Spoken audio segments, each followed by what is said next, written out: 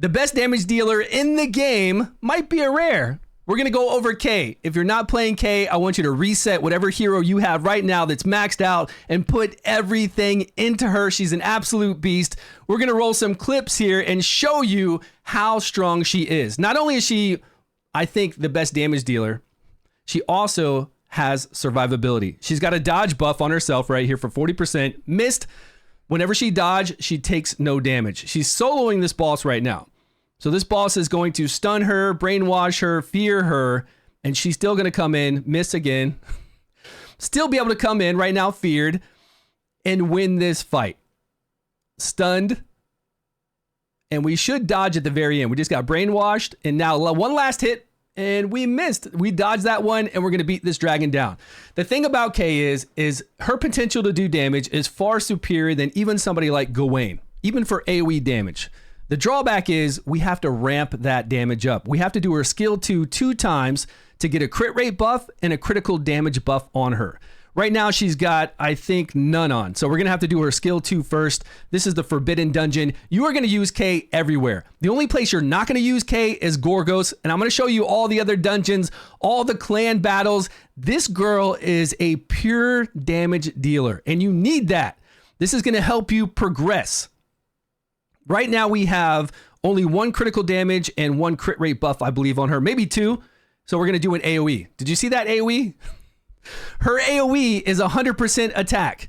Gawain's AoE is 108% attack. Sure, he has other things that are tied to his AoE, both of his AoEs. He gets increased attack rate, but we've got to gear him with crit rate for him to crit. With her, with enough substats to get 20% crit rate, which is very easy to do, we don't need any crit rate gear. Right now, I've got her an attack set and a crit rate set, and she's got like 40% chance to crit. Well, we're doing her skill 2 twice because buffs and debuffs can stack in this game. Once we do that skill 2 twice, she's got 80% chance to crit with 60% additional critical damage. We can gear her with just attack or critical damage. We can do a 3-piece critical damage set. We can do an attack set with a critical damage set. We don't have to worry about crit rate. With Gawain, you still got to worry about putting crit rate on there. So overall, stat-wise, we're going to have better stats on her. We just got to ramp up. We got to do that skill 2 twice first. And if you're lucky enough to have her Chivalry 8, which I don't have it yet, Chivalry 8, which I'm going to show you right now. This is courtesy of my buddy Boogeyman. This is him in arena fighting against a Chivalry 8 K. So she's getting that additional dodge rate whenever she dodges. And then if she does it enough times, I think it's 3 or 4, she'll get 100% turn meter. So she'll attack immediately after dodging. Watch this. It's called Golden Boar's Favor, I think. This goes fast. There it is. Golden Boar's Favor. She just attacked. She just attacked. She just attacked again. And she attacked again. I don't know why she's attacking so many times. She's supposed to get 100% turn rate to take a turn then. I have no idea why she just did so many attacks, but apparently it's crazy. Such survivability with dodging all the time, and then also now coming in there and just doing so much damage and gearing so easily. I was really serious when I said if you have somebody that's geared out right now and you want to reset that person and put everything you have into Kay. She is the reason why I've been able to farm that dragon, why I've been able to beat Boar so quickly and take Boar down. Because if you don't take Pinvid down quick, he's going to light your team up. Did you see all that damage she just did to this guy? She just took him down from above half-life all the way down further. And we would solo this guy if he didn't keep stunning us so much. We're going to miss in here eventually. I don't know. There was one time where there was a miss. Yeah, there's a miss. There's like one miss out of that multi-hit. And we might have been able to take him out. And that was stage 6 of the favorite dungeon. We'll show you that in just a second. So again, Kay, very easy to gear up. I've got attack on her, attack there, HP here. I would like to change this to attack. I would actually like to get her out of this crit rate set. I've got a crit rate set along with attack set, but she's got 42% chance to crit. I don't need this much. I'm going to be using her after I use her skill 2 twice. I'm going to either single target again if it's a single target person, because I'll get the most damage then, or I'll do an AoE if there are other enemies out there. AoE is 100%, single target's 128. But with all those buffs, again, this is what makes her so much stronger than everyone else. There is no other rare hero in the game that can buff up this much that I know about. And I don't know any other rare hero that will ever have the potential to do as much damage as she can do. And really, when I say that she can do more damage than Gawain, I firmly believe that. Gawain's at 108 to do his AoE on his skill 3 for 3 vigor. For her 3 vigor, she's at 100. But if they're lower, she can actually do 25% more damage. And if she's got her buffs on her, we're going to automatically crit. We're going to do 60% additional critical damage, which that's what's so massive. 60% additional critical damage, 80% crit.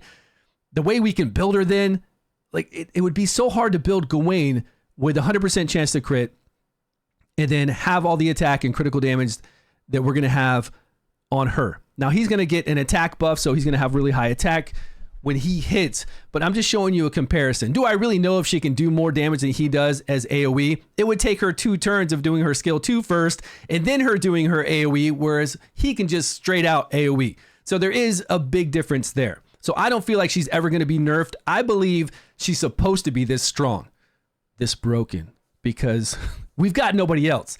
Honestly, without Kay hitting this hard, there is no other rare that can even compete with what we're doing here.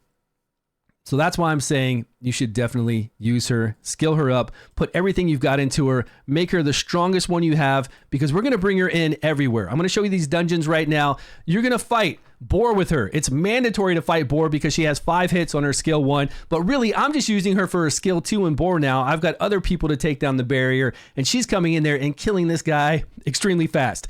This guy's Frost. You bring her in. She's got the elemental advantage. You need somebody to do DPS in here. You need to block healing as well with Alkalon or whoever else you have. But we're going to bring her in to kill this guy. She is a mainstay in my team. This guy is Wind. We're going to bring her in to kill him as well. The only one we're not going to do is Gorgos because he's basically, you got to have dots. Later on, he has so much HP and so much defense. You got to have dots to take him down.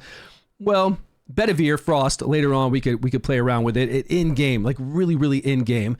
But that's okay. 3 out of 4 dungeons she is the master of, and this means for clan battles, to make sure that we can get as much damage as possible for your clan and get seasonal rewards, you're going to be fighting 3 out of 4 with her. When we come into the gear dungeon, this gear dungeon is Frost, the second gear dungeon, and if you're not farming this dungeon, you need to get on it.